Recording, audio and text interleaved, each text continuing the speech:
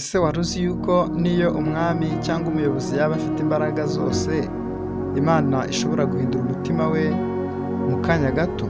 Ijambo ry'Imana mu Migani ibice 21 umurongo wa mbere haravuga ngo umutima w'umwami uri mu kuboko k'Uwiteka, awuganisha aho ashatse hose nk'uyobora amazi mu migende yayo.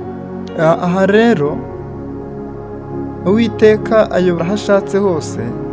Ibi ni byo byabaye ku ngoma y'umwami Ahabu n'umugore we Yezebeli. Ahabu yumvaga ko afite umutekano usesuye, ariko Imana yari yarabwiye umuhanuzi Eliya ko izasiga amavuta Yehu ngo abe umwami binyuze ku muhanuzi Elisha.